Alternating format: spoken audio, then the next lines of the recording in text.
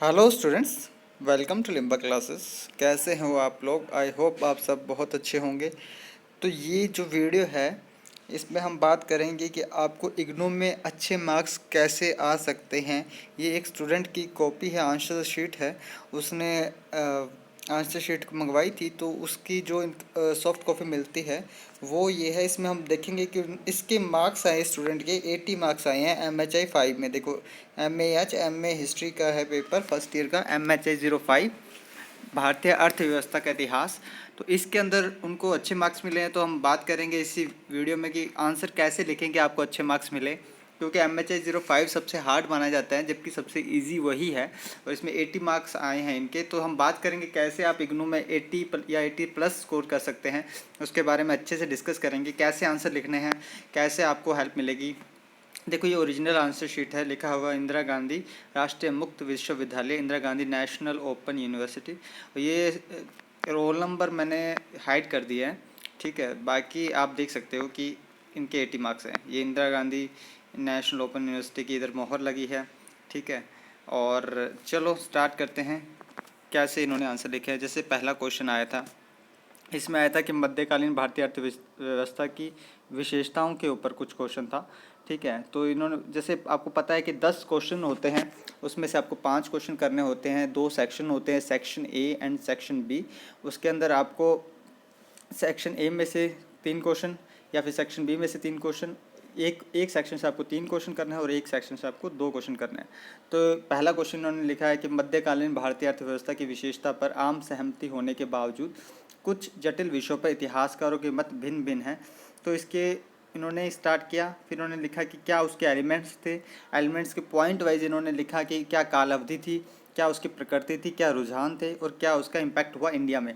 तो जैसे कि मैं अपने मेंबरशिप प्रोग्राम में बैच में बताता हूँ कि कैसे आप आंसर लिखो, तो उसके अलावा जो आंसर की प्रैक्टिस करवाते हैं उसमें हम फ्लो चार्ट से समझाते हैं। तो फ्लो चार्ट बनाना बहुत ज़रूरी है। देखो, इस लड़की ने इन बनाया है मध्यकालीन भारतीय अर्थव्यवस्था का ऊपर, जैसे उसको डिवाइड किया है इतिहास लेखन में। इतिहास लेखन कितने टाइप के होते हैं इन्होंने ये बताया कि राष्ट्रवादी, मार्क्सवादी और संशोधनवादी, ठीक है। फिर राष्ट्रवादी के अंदर एक छोटा सा बता दिया कि इसका क्या मतलब है, कि अखिल भारतीय एकीकृत स्वरूप को स्थापित करना इसका उद्देश्य था। मार्क्सवादी में बताया कि आर्थिक संपन्न, संक्रमणकालीन रहित, और इसके अंदर इसने आर्थिक क्रांति रहित बता दिया। फिर संशोधनवादी का बताया कि भारतीय राज्य का केंद्रीकृत नहीं होना, कि डिसेंट्रलाइज हो रखा था, सेंट्रलाइज की जो नेचर नहीं था। तो उसके देखो, इतना से डायग्राम से आपने क्या बताया एग्जामिनर को आपने ये मैसेज दिया है कि मुझे इस टॉपिक की अच्छे से क्या है नॉलेज है, मेरे को पता है कि कितने टाइप्स के होते हैं। उसमें नेशनलिस्ट वाला है, मार्क्सिस्ट वाला है, ठीक है, और जो संशोधनवादी है, और भी उसमें क्या क्या है उसके बारे में मुझे पता है। तो आपने पहले पेज पे ही फ्लो चार्ट से आपको बता दिया कि मुझे ये आता है, मुझे इसकी गहरी समझ है, तो आपने बताया। उसके बाद ये देखो अगले पर चलते, तो इन्होंने क्या किया, फिर इन्होंने लिखा कि मध्यकालीन भारतीय अर्थव्यवस्था संबंधी इतिहासकारों के विभिन्न दृष्टिकोण या विचारधारा को 3 भागों में बांटा जा सकता है। सिंपल सी बात। अभी तक देखो कुछ ज़्यादा खास नहीं लिखा, खास इन द सेंस कि कुछ ज़्यादा बढ़ा चढ़ा कर नहीं लिखा, एक पेज भी लिख दिया और एग्जामिनर को ये भी मैसेज दे दिया कि मुझे इसके बारे में नॉलेज है। मेरे को डायग्राम में मैं आपको समझा दिया है कि इसमें ये होते हैं, उसके बारे में थोड़े एलिमेंट्स लिख दिए हैं। अब देखो, इन्होंने स्टार्ट किया राष्ट्रवादी, मार्क्सवादी और संशोधनवादी 3 भागों में बांटा। पहला राष्ट्रवादी को लेकर स्टार्ट किया। अब राष्ट्रवादी के बारे में देखो लिखना है, राइटिंग देखिए, थोड़ा स्पेस दे के लिखिए। थोड़ा स्पेस दे के लिखोगे तो आपका थोड़ी राइटिंग भी अच्छी लगेगी, उसके अलावा आपके आंसर भी अच्छे लगेंगे। और फ्लो चार्ट अगर आप देखोगे, एक बार फिर से चलते हो, देखो कैसे इन्होंने बॉक्सेस के अंदर बक्स बंद किए हैं। तो ये चीज़ें बहुत ज़्यादा, क्या कहते हैं, प्रेजेंटेशन आपका कैसा है, फ्लो चार्ट का प्रेजेंटेशन कैसा है, वो आप पे डिपेंड करता है। वो प्रैक्टिस से आएगा। वो प्रैक्टिस कैसे करनी है आप खुद करो, सबसे बेस्ट है, ठीक है। अगर आपको कोई भी हेल्प चाहिए तो आप मुझसे कॉन्टैक्ट कर सकते हो, हमारा चैनल ज्वाइन कर सकते हो, हमारा टेलीग्राम ग्रुप ज्वाइन कर सकते हो, या फिर हमारा मेंबरशिप प्रोग्राम या बैच ज्वाइन कर सकते हो, ठीक है। तो हम आगे चलते हैं। देखो इन्होंने कैसे बहुत ही साफ तरीके से, बिल्कुल क्लियर है, दिख रहा है कि कैसे कैसे इन्होंने डिवाइड किया है। फिर नेक्स्ट पे आते हैं। तो राष्ट्रवादी के बारे में इन्होंने बताया कि राष्ट्रवादी विचारधारा के इतिहासकारों का मुख्य उद्देश्य भारतीय अर्थव्यवस्था को अखिल भारतीय एकीकृत स्वरूप को स्थापित करना था। मतलब ऑल इंडिया लेवल पर उसे यूनिफाइड करना था, ठीक है, उसे इंटीग्रेट करना था, ठीक है। उसके बारे में उन्होंने बताया है कि थोड़ा बहुत कि एकीकृत व्यवस्था, गतिशील मोबिलाइजेशन के बारे में बता दिया, इंटीग्रेटेड वाला इसमें बता दिया, और ये भी बता दिया कि इसके पतन का क्या कारण था, कि क्या हुआ कि ये व्यवस्था खत्म हुई, ठीक है, डिग्रेड क्यों हुई। तो इसके बारे में बताया कि औपनिवेशिक शासकों का शोषण, ठीक है, मानते हैं, ठीक है। दूसरे शब्दों में कहा जाए तो भारतीय अर्थव्यवस्था अपने चरम सीमा पे पहुंच जाती, और अगर शासन का भारत औपनिवेशिक शासन का भारत में आगमन नहीं होता। मतलब इन्होंने कहा कि जो बाहर वाले लोग आए, फॉरेनर्स आए, ठीक है, उनकी पॉलिसीज़ की वजह से, उन्होंने एक्सप्लोटेशन किया उस वजह से, और भी बहुत सारी इन्होंने बताने की कोशिश की बहुत ही छोटे फॉर्म में। देखो टर्म्स का जो यूज़ किया, एकीकृत, इंटीग्रेटेड, गतिशील, मोबाइल, ठीक है, मोबिलिटी, उसके बाद डिग्रेडेशन, ठीक है, एक्सप्लोटेशन, ये वर्ड्स आपको यूज़ करने हैं। आप कैसे यूज़ कर सकते हो वो आपको आना चाहिए। ये कैसे आएगा, अच्छे से अच्छा आंसर कैसे लिखोगे। ऐसा नहीं है कि आप आज पढ़ के जाओगे, ठीक है, पढ़ के आप सारे गए हो, चैप्टर कंप्लीट करके गए और वहाँ जाके आपने लिखा भी है लेकिन आपके मार्क्स नहीं आए। क्यों नहीं आए? क्योंकि आपकी ही गलती है, क्योंकि आपने प्रैक्टिस नहीं की। तो ये कैसे सुधरेगा? ये सुधरेगा आपकी आंसर राइटिंग प्रैक्टिस में। आपकी आंसर राइटिंग स्किल होनी चाहिए, ठीक है। आंसर राइटिंग का एक फॉर्मेट होता है, वो आपको आना चाहिए, ठीक है। फिर इन्होंने मार्क्सवादी के बारे में लिख दिया थोड़ा बहुत, कि मार्क्सवादी विचारधारा को मानने वाले कुछ इतिहासकार राष्ट्रवादियों के इस विचार से सहमत है कि अगर 17वीं और 18वीं शताब्दी में उपनिवेश का आगमन भारत में नहीं होता तो भारत औद्योगिक क्रांति, ये देखो थोड़ा साफ नहीं है क्योंकि ये इन्होंने जो आंसर शीट भेजी है तो उन्होंने जैसे सॉफ्ट कॉपी भेजते हैं तो वो थोड़ी साफ नहीं आती, क्योंकि आपको पता ओरिजिनल वाली तो नहीं बिल्कुल नहीं भेजा, लेकिन ये ब्लैक एंड वाइट दिख रहा है आपको थोड़ा बहुत, तो ये थोड़ा सा इसके कारण आपको थोड़ा इशू होगा, थोड़ा देख लीजिए, समझ लीजिए, ठीक है। तो फिर वो कहते हैं कि औद्योगिक क्रांति, इंडस्ट्रियल रेवोल्यूशन की बात की फिर, ठीक है, क्या दहलीज पर पहुंच गया होता। तो ये मार्क्सवादी के बारे में उन्होंने थोड़ा बताया। फिर देखिए आप, ये मार्क्सवादी के बारे में थोड़ा बताया, बाद में देखो एक और फ्लो चार्ट का यूज़ किया है। फ्लो चार्ट का कैसे यूज़ किया है? भूमिपति वर्ग, ठीक है, उत्पादक वर्ग को शोषण, औपनिवेशिक शासन, ये बताया है, ठीक है। जो प्रोडक्टिव जो भी क्लास थी, ठीक है, कौन कौन थे, कैसे कैसे उनका एक्सप्लोटेशन उन्होंने कैसे किया, ये चीज़ें इन्होंने आंसर में मेंशन किया है। फिर अगले वाले पे देखो इसके बारे में अच्छे से लिखा। फिर संशोधनवादी के बारे में लिखा इन्होंने कि इस विचारधारा के लोग क्या कहते थे कि भारतीय अर्थव्यवस्था के अधोगामी सिद्धांत की आलोचना करते हैं। अधोगामी जो डाउनवर्ड फिल्ट्रेशन थ्योरी, आपको ध्यान होगा, ठीक है।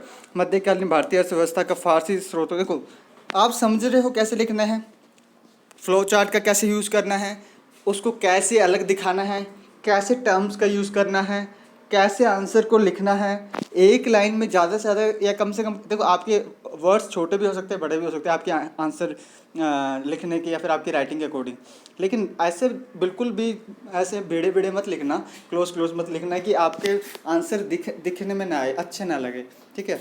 थोड़ा सा स्पेस देख लिखिए, थोड़ा हैंड राइटिंग अच्छी लिखिए। 3 घंटे होते हैं आपके पास, 3 घंटे में सिर्फ 5 क्वेश्चन करने हैं, ठीक है, और वो बहुत आप इजीली कर सकते हो। उसके लिए आपको करना क्या है कि बहुत ही ईजिली आपको अच्छे हैंड राइटिंग बहुत अच्छी होनी चाहिए। 3 घंटे का पूरा यूज़ कीजिए, 3 घंटे 5 आंसर लिखिए, अच्छे से लिखिए, अच्छे से प्रेजेंटेशन दीजिए, अच्छे से उसके वर्ड्स यूज़ कीजिए। ऐसे नहीं है कि आप बस आंसर लिख रहे हो और उसमें ना तो राइटिंग है ना ही कोई पॉइंट है, बस कहानी लिख के आ रहे हो, तो कहानी से मार्क्स नहीं मिलते हैं, ठीक है। देखो इनको 16 मार्क्स मिले हैं 20 मार्क्स में से, उसमें एक्सीलेंट भी मिला है। ये क्यों मिला है? क्योंकि इनकी प्रैक्टिस की वजह से, ठीक है, और इन्होंने जो टर्म्स यूज़ की, जो फ्लो चार्ट का यूज़ किया, उसकी वजह से। तो आप समझे कि कैसे आंसर लिखना है, ठीक है। फिर अगले क्वेश्चन में चलते हैं। इसमें वो कांस्य युगीन सभ्यता वाला बताना था कि कौन सी वो कांस्य युगीन, ब्रॉन्ज लेवल वाली, क्या सिविलाइजेशन के बारे में। तो सिंपल सी बात बताइए कि विश्व के प्राचीन कांस्य युगीन सभ्यता में से एक हड़प्पा सभ्यता है। इसकी खोज 1921 में 1921 में दयाराम साहनी ने की थी, ठीक है। यह भारत का सबसे प्राचीन सभ्यता है। हड़प्पा सभ्यता को के कालखंड को 3 भागों में बांटा जा सकता है। फिर 3 भाग बता दिए, प्रारंभिक, परिपक्व, उत्तरार्ध। अब देखो प्री हड़प्पा काल बता दिया, ठीक है, हड़प्पा काल जो है मैच्योर हुई थी, और पोस्ट हड़प्पा के बारे में थोड़ा बहुत बता दिया। इसमें इन्होंने देखो छोटे से इंट्रोडक्शन में अगर आप देखा जाए तो इन्होंने क्या बताया, इन्होंने बताया कि हड़प्पा के बारे में, उसकी डिस्कवरी किसने की थी, कौन से सन में हुई थी, उसके क्लासिफिकेशन किया कि कितने भागों में ये बांटा जा सकता है, इसे डिवाइड कर सकते हैं। सिंपल सी बात, लेकिन उसमें 4-5 लाइनों में इन्होंने 4-5 बातें बता दी। तो एग्जामिनर क्या करता है, जब आपका देखेगा एग्ज़ाम, आपका जो आंसर शीट स्टार्ट करेगा चेक करना, तो देखेगा कि हाँ फैक्चुअल नॉलेज है, ठीक है, प्रेजेंटेशन देनी आती है, राइटिंग अच्छी है, ठीक है, राइटिंग अच्छी है, उसके अलावा इन्फॉर्मेशन भी दे रही है, इन्फॉर्मेशन लिखा है, ठीक है, और उसके अलावा फ्लो चार्ट का यूज़ किया है, ठीक है, उसके अलावा आपने कैसे प्रेजेंट किया, प्रेजेंटेशन के बारे में बोल दिया। तो ये 5 6 7 जो बातें हैं वो एग्जामिनर देखता है आपके आंसर में, और अगर आपने उसमें से जब वो जो बातें देखना चाहता है और उससे वो बातें दिखती है तो टिक टिक टिक होता है ना, वो राइट मारता है, और राइट मारता है, जितने आपके टिक्स लगेंगे, जितने आपके राइट्स लगेंगे आपकी आंसर शीट में, उतने ही आपको अच्छे मार्क्स मिलेंगे, उतने ही अच्छे आपको क्या मिलेंगे, मार्क्स, उतने ही अच्छे आपके मार्क्स आएंगे, तो उतने ही अच्छा आपके पास चांसेस है हाई परसेंटेज गेन करने का। लेकिन ये कैसे आएगा, मेरे कहने से नहीं आएगा, आपकी प्रैक्टिस से आएगा। आपको करना क्या है, आंसर अच्छे लिखने हैं। अगले महीने अगस्त 3 से आपके एग्ज़ाम स्टार्ट है, ठीक है, आपको अच्छे आंसर लिखने की प्रैक्टिस अभी से स्टार्ट कर दीजिए। कैसे आंसर लिखोगे कि आपके मार्क्स आएंगे, और अच्छे से सिलेबस कंप्लीट कीजिए। इसके बारे में आगे बढ़ते हैं। हड़प्पा सभ्यता के लोग चित्रात्मक लिपि का प्रयोग करते थे। इसे बोस्ट्रोफेडन लिपि भी कहा जाता था, अर्थात दाएं से बाएं और बाएं से दाएं ये क्रमशः लिखा जाता था। हड़प्पा सभ्यता में कई नगर थे। मोहनजोदारो, लोथल, कालीबंगा इत्यादि। देखो, चित्रात्मक लिपि मतलब जो यूज़ करते थे ना, जैसे पिक्टोग्राफिकल कहते हैं, ठीक है, जो स्क्रिप्ट थी पिक्टोग्राफिकल स्क्रिप्ट थी, और इसे जो बोस्ट्रोफेडन भी कहते थे, जिसे राइट टू लेफ्ट और लेफ्ट टू राइट लिखते थे। सटीलाकार आकृति का होता था, जैसे स्नेक चलता है ना, जिग जैग, उस फॉर्म में ये लिखा जाता था। उसके बाद इन्होंने बताया कि इसमें कौन कौन से इसके टाउन्स थे। हड़प्पा थे, मोहनजोदारो था, लोथल था, कालीबंगा था, और बहुत सारे थे, ठीक है। फिर इन्होंने हड़प्पा के बारे में लिखा कि हड़प्पा नगर की प्रमुख विशेषता यह है कि इसकी नगर योजना, टाउन प्लानिंग जो सबसे फेमस थी हड़प्पा सिविलाइजेशन की, इंडस वैली सिविलाइजेशन की, कि वहाँ पर नगर योजना अच्छी थी। लिखा है सड़कें समकोण पे काटती थी। इसके बारे में थोड़ा बहुत अच्छे से डिटेल में बताया है कि वाटर ड्रेनेज सिस्टम अच्छा था। उसके बाद जो नालियाँ थी, छोटी छोटी नालियाँ थी, वो एक बड़ी नाली में जाती थी, बड़ी नालियाँ जाके वो उसका ड्रेनेज होता था, मतलब कहने का कैसे निकासी सिस्टम थे, कैसे हाइजीन सिस्टम था। और घरों के दरवाजे पीछे की ओर खुलते थे। अब जैसे आज तो सीधा रोड की तरफ खुलते हैं, पहले रोड की तरफ नहीं खुलते थे, पीछे गलियों में खुलते थे। तो ये अलग अलग चीज़ें जो भी है, छोटी मोटी बातें, और उसको अच्छे से प्रेजेंट किया है, दिखाया है कि मुझे ये टॉपिक आता है, ठीक है। क्योंकि आपको आता है इससे मतलब नहीं, लेकिन एग्जामिनर को तो लगना चाहिए ना आपको ये आंसर आता है। उसे अच्छे से प्रेजेंट करोगे, उसे अच्छे से अपने दिखाओगे आंसर में, उसे अच्छे से लिखोगे, अच्छी राइटिंग का यूज़ करोगे, तभी आपको मार्क्स मिलेंगे। तो और आपको करना क्या है, प्रैक्टिस प्रैक्टिस एंड प्रैक्टिस। कम पढ़ो, लिखो ज़्यादा। जितना ज़्यादा लिखोगे उतने, एक बार हड़प्पा पे आंसर लिखना, फिर ट्राई करना एक दिन छोड़ के दूसरी बार लिखना, फिर एक दिन छोड़ के तीसरी बार लिखना। तो ऐसे देखोगे ना तो 3 आंसर मिलेंगे आपको। फिर आप तीसरा आंसर और पहले आंसर में डिफरेंस देखना, तो आपको पता लगेगा कि कितना दिन रात का अंतर है। और उसमें जब आपको पता लगेगा, फिर पहले आंसर में आप ज़्यादा वर्ड्स का यूज़ करोगे, इन्फॉर्मेशन कम दोगे। फिर सेकंड टाइम आप क्या करोगे, थोड़ा बेटर लिखोगे, और थर्ड टाइम आप बहुत अच्छा लिखोगे। जितनी बार प्रैक्टिस करोगे उतने अच्छे मार्क्स आएंगे। तो आपको कम वर्ड्स में अच्छे आंसर लिखने आने चाहिए। ये आर्ट आनी चाहिए, आंसर राइटिंग की आर्ट आनी चाहिए। कैसे आएगी, सिर्फ और सिर्फ प्रैक्टिस से, ठीक है। फिर देखो, एक छोटा सा प्यारा सा डायग्राम बनाया है, जो कि हड़प्पा, आपको पता होगा, मैंने लेक्चर भी लिया है हड़प्पा पे, यूट्यूब पे अवेलेबल है, आप देख लीजिएगा, ठीक है। इसमें बताया है कि जो वेस्ट साइड में है वहाँ पर दुर्ग होता था, एक बड़ी बिल्डिंग होती थी जो कि थोड़ी ऊंचाई पे स्थित होती थी। और जो ईस्ट साइड है वो, अगर अपने कंपैरिजन करें तो थोड़ा नीचे होता था, ठीक है। और वो क्या होता था, वहाँ पे जनरल लोग रहते थे, ठीक है। तो माना जाता था कि दुर्ग में कौन रहता है, राजा वाला वर्ग रहता था, ठीक है। ये एक, आप देखोगे कि ट्रायंगल के फॉर्म में समझा दिया। एक ट्रायंगल देखते ही इसको लगेगा कि हाँ, कि भाई साहब इसको ये यूज़ कर रहा है किसका, फ्लो चार्ट का, डायग्राम्स का, ठीक है, क्लासिफिकेशन कर रहा है, पाई चार्ट्स बना रहा है, बहुत सारी चीज़ों का यूज़ कर रहा है, अच्छे से रिप्रेजेंट कर रहे हैं। ये मेहनत कर रहा है तो आपको मार्क्स मिलेंगे। ठीक है। तो फिर उसके बारे में थोड़ी बातें और लिखी है, उनके एग्रीकल्चर के बारे में लिखा है, एनिमल हस्बेंड्री के बारे में लिखा है, ठीक है। और यहाँ पर देखो यूज़ क्या 33 फुट का, ठीक है। अब देख रहे हो कि राजमार्ग नेशनल हाईवे बताया है। अब देखो ये टर्म्स, ये अब डाटा इम्पोर्टेंट नहीं होता उतना, लेकिन यूज़ करोगे तो बहुत अच्छा लगेगा। आप डाटा का भी यूज़ कर रहे हो। अब देखो एक और नई चीज़ पता लगे आपको, ठीक है। फिर हम देखते हैं आगे। फिर मूर्तियों के बारे में बताया है, मातृ देवी की मूर्तियाँ। मातृ देवी की मूर्तियाँ, लेडीज़ की ज़्यादा मूर्तियाँ मिले तो ऑब्वियसली कि माता की मतलब लेडीज़ की ज़्यादा क्या थी, भूमिका थी, ठीक है। मातृ सत्तात्मक समाज था, सोसाइटी के बारे में पता लगता है, रिलीजन के बारे में पता लगता है। तो ये जो आप जो कोई भी आंसर लिखो ना, तो ट्राई करना उसके सोसाइटी, उसका रिलीजन, उसकी इकोनॉमी, ठीक है, उसका पॉलिटिकल सिस्टम, ठीक है, ये सब कल्चर उसका, ये सब को टच कीजिए। जितना आप उसके बारे में अच्छे से एक्सप्लेन करोगे उतने अच्छे आपको मार्क्स मिलेंगे। फिर मोहनजोदारो पे आते हैं। मोहनजोदारो पता है कि भारत के पंजाब पाकिस्तान के क्षेत्र में पाया गया है। ये इन्होंने, वैसे पाकिस्तान वाले में पाकिस्तान वाले में चला गया, ठीक है। तो पाकिस्तान में है मोहनजोदारो, आपको पता होना चाहिए। और इसकी खोज किसने की, राखाल दास बनर्जी। अच्छा, इन्होंने सही किया है जिसने किया, आई थिंक। और ठीक है, यहाँ पर द ग्रेट बाथ के बारे में बताया गया है, द ग्रेट ग्रेनरी के बारे में बताया गया है, ठीक है। और कुछ वो जो मोहरें मिली हैं उसके बारे में बताया गया है, ठीक है। और ये जो मोहर मिली है उसमें क्या था कि ETBR, ये याद रखना, एलिफेंट, टाइगर, बफेलो, राइनो और पैर में डियर, ये मिलता है।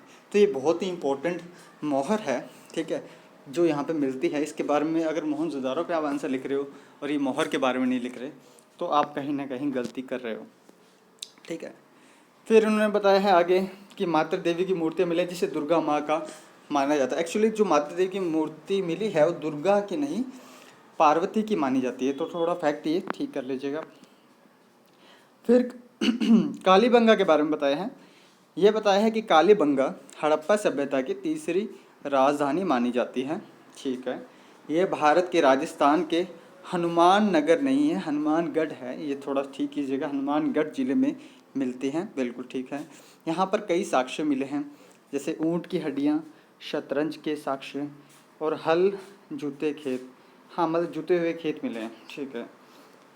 ये थोड़ा सा बताया है, ठीक है। फैक्ट आप लिखो, कई बार गलत हो जाता है लेकिन दिक्कत नहीं है, आप लिखो, आपको आता है आप लिखो, डाउट है तो भी लिख दो, ठीक है। जितने ज़्यादा आप अच्छे लिखोगे उतना ही ठीक है। गलती होगी तो एग्जामिनर ठीक कर देगा ना, लेकिन आप लिखोगे नहीं तो फिर मार्क्स नहीं मिलेंगे। फिर लोथल के बारे में बताया है कि लोथल कहाँ पर है, गुजरात में है, ठीक है। ये हड़प्पा सभ्यता का प्रमुख बंदरगाह था। लोथल गुजरात बॉर्डर पे पोर्ट था, उसके बारे में बताया है। यहाँ समुद्र के मार्ग से व्यापार और वाणिज्य करना सुविधाजनक था। यह व्यापार और वाणिज्य के लिए महत्वपूर्ण शहर था। हड़प्पा सभ्यता के पतन के लिए कई कारण, फिर बताया है कि कैसे हड़प्पा सिविलाइजेशन का अंत हुआ, कैसा उसका पतन हुआ, कैसे वो डिग्रेड होने लगी, है ना, कैसे उसका डिस्ट्रक्शन हुआ, इसके बारे में अब मत दिए हैं। इसके बारे में पॉइंट ऑफ व्यू बताए हैं, क्या अलग अलग हिस्टोरियन क्या क्या कहते हैं, उनके क्या व्यू पॉइंट्स हैं, उसके बारे में बताए हैं। तो पहला इन्होंने बताया है कि आर्यों का आक्रमण। देखो ये लिखा है, इससे पहले आप लाइन पढ़ोगे, इतिहासकारों ने अलग अलग मत दिए हैं, फिर भी कुछ प्रमुख मत इस प्रकार है। मतलब क्या है इस बात का, इसका मतलब है कि जो भी मैं बता रहा हूँ ना कि कैसे हड़प्पा सभ्यता का अंत हुआ, वो मेरे व्यूज़ नहीं है भाई साहब। मैं नहीं कह रहा कि ऐसा हुआ है भाई, ये पर्टिकुलर इतिहासकार इसने ये बोला होगा या कुछ इतिहासकार इन्होंने ये बोला होगा। जब आपको इतिहासकार के नाम याद ना हो ना, तो ऐसे लिखना, ऐसे लिख सकते हो आप कि एक इतिहासकार के मत के अनुसार, ठीक है, अन्य इतिहासकार के मत के अनुसार। अगर आपको नाम पता है तो आप नाम यूज़ कीजिए, अगर आपको नाम नहीं पता है तो कोई बात नहीं, ठीक है। तो पहला इन्होंने क्या दिया है, आर्यों का आक्रमण, बिल्कुल ठीक है। हड़प्पा शहर में करना जिसने सभ्यता का नाश हुआ, थोड़ी सी लैंग्वेज और अच्छी लिख सकते हैं, ठीक है। आर्यों का आक्रमण हुआ जिससे कि हड़प्पा सभ्यता का विनाश हुआ, ठीक है। दूसरा लिखा वर्षण प्रति माप में बदलाव आने से हुआ होगा। वर्षण प्रति माप मतलब कि प्रेसिपिटेशन, बारिश, कुछ भी कह लीजिए, जिसके कारण क्या हो कि आने वाले टाइम पे या फिर उस टाइम पे क्या हुआ कि जो एग्रीकल्चर बेस्ड इकोनॉमी होने लगी थी, है ना, एग्रीकल्चर पे बेस होने लगे थे, और अगर मानो कि जब लंबे समय तक बारिश नहीं आएगी, ठीक है, तो फिर वो उनको इकोनॉमी पे नुकसान होगा, ठीक है। वहाँ की जो लिवलीहुड है, जो डिपेंड करते थे, जो लोग थे, उनकी आजीविका पर बुरा प्रभाव पड़ेगा। उसके अलावा ग्लोबल वार्मिंग एक बहुत बड़ा कारण है जिसके कारण ये चीज़ें होती हैं। तो आप ये लिख सकते हो, ग्लोबल वार्मिंग जिसे हिंदी में कहते हैं वैश्विक तापन, ठीक है। तीसरा इन्होंने लिखा है भूकंप के होने से सभ्यता का नष्ट हुआ। चौथा लिखा है नदियों ने अपना दिशा बदल लिया जिससे सभ्यता नदियों में बाढ़ आने से डूब गई होगी। देखो थोड़ी राइटिंग और बेटर हो सकती है, ठीक है, और थोड़ा इसमें लैंग्वेज और अच्छी लिख सकते हैं। प्रॉपर हिंदी में लिख रहे हो तो आप अच्छे से हिंदी का यूज़ कर सकते हैं। जब लिखा है नदियों, नदियों में देखो, नदियों ने अपना दिशा बदल लिया, ऐसे नहीं लिखना, नदियों ने अपनी दिशा बदली होगी जिससे सभ्यता नदियों में बाढ़ आने से डूब गई होगी। नहीं, ऐसे लिखो कि एक इतिहासकार के मत के अनुसार नदियों ने अपना रास्ता बदल लिया जिसके कारण वह अपने जो मार्ग से विचलित हुई जिससे सभ्यता का विनाश हुआ। ठीक है, हुई होगी होगी ठीक है, एक बार यूज़ कीजिए, 2 बार यूज़ कीजिए, लेकिन बार बार नहीं करना है आपको। जैसे आपको सेकंड में देखोगे आने से हुआ होगा, ये सब शब्द से, ये वर्ड से आपको बचना है, ठीक है। इंग्लिश में इतना ज़्यादा डाउट नहीं रहेगा, लेकिन हिंदी में थोड़ा सा आपको जब लिखो ना आप सेंटेंस, उसको सोचो कि क्या लिख रहे हो, ठीक है। तो ये भी, इसमें भी इनको 16 मार्क्स मिले हैं, क्योंकि थोड़ी सी इसमें 16 से भी ज़्यादा मिल सकता है, 17 18 तक मिल सकते थे अगर थोड़ी सी लैंग्वेज और अच्छी होती, और अगर आप थोड़ा सा राइटिंग थोड़ी सी मेरे को इसमें इतनी बेटर नहीं लग रही जितना पहले आंसर में लिख रही थी, लेकिन फिर भी अच्छा है, ठीक है। ग्रामेटिकल मिस्टेक थोड़ी कम हो सकती है, ठीक है। भूकंप वाला ठीक है, कुछ मानते हैं कुछ नहीं भी मानते, लेकिन आप लिख दीजिएगा, ठीक है, तो ये चीज़ आपको पता लगे। फिर आगे ऐसे एक हुंडी, देखो ये हुंडी वाला जब जो क्वेश्चन आया था ना, ये मैंने जिस दिन एग्ज़ाम था उससे एक दिन पहले अपने ग्रुप में डाला था, देख लीजिएगा आप चाहे तो। टेलीग्राम में जब सर्च करोगे इग्नू MAH तो आपको मेरा चैनल मिलेगा। दूसरा चैनल है मेरा लिम्बा क्लासेस के नाम से, वो भी आपको मिल जाएगा, तो आप ज्वाइन कर सकते हैं। आपको प्रैक्टिस करनी चाहिए और बहुत प्रैक्टिस करनी चाहिए ताकि आपको बहुत अच्छे मार्क्स आएँ, ठीक है। तो फिर उन्होंने हुंडी के बारे में क्या लिखा है, हुंडी एक प्रणाली थी जिसके माध्यम से बैंकर मुद्रा, देखो सेम टू सेम जैसा मैंने लिखा था ऑलमोस्ट वही है, थोड़ा इन्होंने खुद का ऐड किया है, लेकिन बहुत अच्छा लिखा है। ये वाला आंसर मैंने पढ़ा हुआ है पहले भी, आप देख सकते हो। लेकिन इसमें इनको उसके बाद एक सूरत का पतन वाला है, सूरत के पतन के बारे में लिख दिया कि छोटे छोटे जो आते हैं ना, 2 क्वेश्चन आते हैं आपके, या तो 5th क्वेश्चन होता है या 10th होता है, कई बार नहीं भी देते हैं। तो अगर आप उसमें से कर रहे हो तो आपको वो 4 दिए होते हैं, उसमें से एक छोटे छोटे 4 टॉपिक, उसमें से 2 आपको करना होता है। एक सूरत के पतन है, इसके बारे में लिख दिया, इसमें इनको 8 मार्क्स मिले, इसमें भी इनको 8 मार्क्स मिले 10 में से, ठीक है, बहुत अच्छी बात है। फिर ये देखो एक अंग्रेजों पे क्वेश्चन आया, तो आप देखो भारत में अंग्रेजों ने 200 साल तक लगभग राज्य किया। देखो राज्य, देखो टीचर ने एग्जामिनर ने क्या किया, राज्य को काट के शासन लिखा है, राज्य नहीं किया, राज किया तो समझ में आता है, राज्य तो स्टेट हो गया ना, और स्टेट अलग चीज़ है, ठीक है। गवर्न करना किसी के ऊपर वो अलग चीज़ है। तो ये छोटी छोटी मिस्टेक्स को आपको देखना होगा, जिसमें यहाँ की राजनीतिक और सांस्कृतिक परिस्थितियों से वह अवगत हुए, ठीक है। उन्होंने भारत में पहले सिर्फ व्यापार किया, बाद में यहाँ की राजनीतिक क्षेत्र में राजनीति में हस्तक्षेप करने लगे। राजनीतिक क्षेत्र मतलब पॉलिटिकल एरिया में थोड़ा सा और बेटर होगा। इसी क्रम में सबसे पहले प्लासी का युद्ध 1757, बक्सर का युद्ध 1764 और इलाहाबाद की संधि हुई बक्सर के बाद, जिसमें इन्होंने क्या किया, एडमिनिस्ट्रेटिव और फाइनेंशियल पावर को डिवाइड कर दिया। एडमिनिस्ट्रेटिव पावर क्या किया, हाँ, कि बंगाल के नवाब के पास रहने दिए, और जो फाइनेंशियल पावर्स हैं, जो पैसे की बात है ना, मनी की बात है, वो उन्होंने अपने हाथ में ले लिया। वो कहते हैं भाई साहब आप करो काम, पैसे कमाएंगे हम, ठीक है। फिर इन्होंने बताया कि इलाहाबाद की संधि का आर्थिक महत्व था, क्योंकि इसके बाद भारत का दीवानी और प्रशासनिक क्षेत्र अलग हो गए। दीवानी मीन्स होता है फाइनेंशियल्स, और प्रशासनिक एडमिनिस्ट्रेटिव। दीवानी क्षेत्र को अंग्रेजों ने ले लिया, और इसी के साथ वह भारत के आंतरिक मामलों में हस्तक्षेप करना शुरू कर दिया। अब ये देखो, ये राइटिंग जैसे जैसे आगे बढ़ोगे वैसे वैसे ख़राब होगी, क्योंकि टाइम होता है कम लास्ट में, और अगर आप पहले टाइम ज़्यादा यूज़ कर दोगे तो फिर थोड़ा सा आपको हो सकता है। देखो फिर भी आप मान के चलो कि आपको 180 मिनट्स है, आपको 5 क्वेश्चन करने हैं, तो हर एक क्वेश्चन के लिए 36 मिनट आपके पास, तो आधा घंटा एक आंसर में बहुत है। आपके 2 घंटे में हो जाता है एग्ज़ाम, 2.5 घंटे में, ठीक है। फिर आगे देखेंगे तो लिखा है पैराग्राफ। देखो पैराग्राफ चेंज करना भी इंपॉर्टेंट है, बड़े बड़े पैराग्राफ भी नहीं लिखने ज़्यादा अपने को। पहले इसका इंट्रोडक्शन दिया 5-7 लाइनों में, फिर पैराग्राफ चेंज किया, फिर पैराग्राफ चेंज किया, ये बातें आपको देखनी होगी, ठीक है। ये मैं बता रहा हूँ, उसके बाद आप थोड़ा ध्यान दीजिए। फिर औपनिवेशिक शासकों ने भारत में विज्ञान और तकनीकी का विकास किया, साइंस एंड टेक्नोलॉजी का कैसे डेवलपमेंट किया, सभी अपने प्रशासनिक स्वार्थ के लिए किए थे, ठीक है। वो तकनीकी विकास किए सभी अपने प्रशासनिक स्वार्थ के लिए किए थे। ये अभी लैंग्वेज में बहुत ज़्यादा सुधार की ज़रूरत है, ठीक है, लेकिन ठीक है। ये अगले पे पढ़ते हैं। इन्होंने प्रेस का विकास किया जिससे कि वे औपनिवेशिक राज्य के अलग अलग प्रांत में बसे, ठीक है। ये इसके बारे में और चीज़ें बताई हैं। फिर और छोटे छोटे रेलवे के बारे में लिख दिया, ठीक है, रेलवे के आविष्कार के बारे में, ठीक है, टेक्नोलॉजिकल डेवलपमेंट के बारे में, फिर एग्रीकल्चर के बारे में, फिर थोड़ा सा इन्होंने कपड़ों के बारे में, औद्योगिक क्रांति के बारे में, इंडस्ट्रियल रेवोल्यूशन के बारे में, पवन चक्की और पन चक्की का प्रयोग होने से श्रम कम होने लगा, श्रमिकों की संख्या कई क्षेत्रों में कम हो गई जिससे श्रमिकों का रोजगार चला गया, कई श्रमिक रोजगार के जाने से भूखे मरने लगे।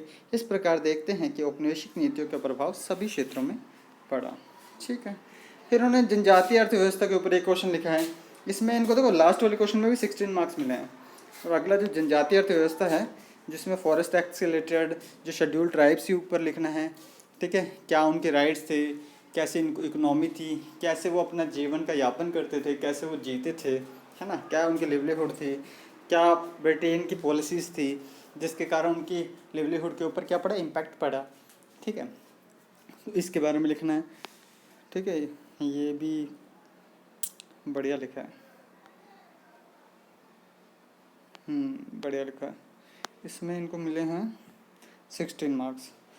तो क्या पता लगा, अब देखो आधे घंटा होने वाला है वीडियो को, लेकिन हम समझे क्या इसमें हम समझें कि आंसर को कैसे फ्रेम करना है, आंसर को कैसे लिखना है, ठीक है।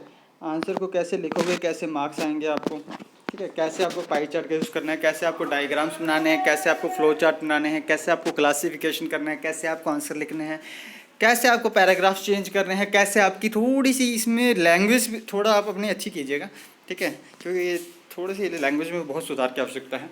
लेकिन धीरे धीरे अगर आप प्रैक्टिस करोगे, क्योंकि जिस भी बच्चे ने ये ज्वाइन किया था वो सिर्फ 10 या 15 दिन पहले एग्ज़ाम से पहले मैंने पढ़ाया था इसे, तो इसलिए थोड़ी सी राइटिंग तो ठीक है, लेकिन थोड़ी लैंग्वेज और सुधरनी चाहिए। ग्रामेटिकल मिस्टेक कम हुई है काफ़ी, इसकी बहुत ज़्यादा थी, लेकिन आपको ग्रामेटिकल मिस्टेक्स नहीं करनी है, आपको अच्छे आंसर्स लिखने हैं। तो ये सब आप करोगे कैसे, प्रैक्टिस से, ठीक है। अगर आपको आंसर राइटिंग के फॉर्मेट सीखने हैं तो उसके लिए अपने अलग से बैच ले सकते हैं। उसके अलावा अगर आपको मेंबरशिप ज्वाइन करनी है तो आप जो डिस्क्रिप्शन में मैं ग्रुप का लिंक डालूंगा वो आप ज्वाइन कर सकते हैं। टेलीग्राम पे आप सर्च करोगे IGNOUMAH तो मेरा ग्रुप आ जाएगा, आपको मिल जाएगा। और अगर आप लिम्बा क्लासेस सर्च करोगे LIMBACLASSES तो आपको मेरा ग्रुप मिल जाएगा, वहाँ भी आप हमारे प्रोग्राम्स के बारे में जान सकते हैं, हमारे ग्रुप ज्वाइन कर सकते हैं जिसमें हम डेली फैक्ट्स डालते हैं, ठीक है, हिस्ट्री से रिलेटेड कुछ इंसिडेंट्स डालते हैं, पर्सनैलिटी के बारे में डालते हैं, और आपके एग्ज़ाम से रिलेटेड इन्फॉर्मेशन, इग्नू के अपडेट्स वगैरह वो सभी डालते हैं, तो आप वो ज्वाइन कर सकते हैं। और आपको ये वीडियो कैसे लगी आप बताइएगा, आपको और कुछ पूछना है, किसी चीज़ में डाउट है, या आप और कुछ जानना चाहते हैं, आपके एग्ज़ाम से रिलेटेड कोई आपकी क्वेरी है तो आप वो भी जान सकते हैं। लेकिन आपको मेरा मैसेज इतना है कि आपको करना क्या है, प्रैक्टिस। 1 महीना नहीं बचा एग्ज़ाम को, एग्ज़ाम आने वाला है, अभी से आंसर लिखना स्टार्ट कर दीजिए, अच्छी से प्रैक्टिस कीजिए, और हो सके तो खुद देखिए, चेक कीजिए और अपने कंपैरिजन कीजिए कि आपने पहली बार आंसर कैसे लिखा, और 4 बार मेहनत करके वही सेम आंसर को आप 4 बार लिखोगे तो चौथी बार आंसर कैसे लिख गया। तो वो चीज़ से आपको क्या पता लगेगा कि आपकी कहाँ कमी है, क्या ग्रामेटिकल मिस्टेक कर रहे हो आप, या फिर आप गलत कर रहे हो आप फैक्ट्स, या फिर आप याद नहीं कर पा रहे हो, या आप क्या कर रहे हो कि फ्लो चार्ट का सही से यूज़ नहीं कर पा रहे हो। ये सब एक आर्ट है और ये आर्ट सीखा जाता है। ये सीखेंगे कैसे? प्रैक्टिस से। ठीक है, अगर फिर भी कोई इशू हो, दिक्कत हो तो हम हैं, हम करेंगे आपकी हेल्प। और इस वीडियो में इतना ही। और देखिए इसमें मार्क्स नीचे लिखा है 80, आपको बता दें। ठीक है, तो 80 मार्क्स आए हैं, अच्छे आंसर लिखे हैं, बहुत मेहनत की ज़रूरत है आपको भी। और इस वीडियो में इतना ही। Thank you so much.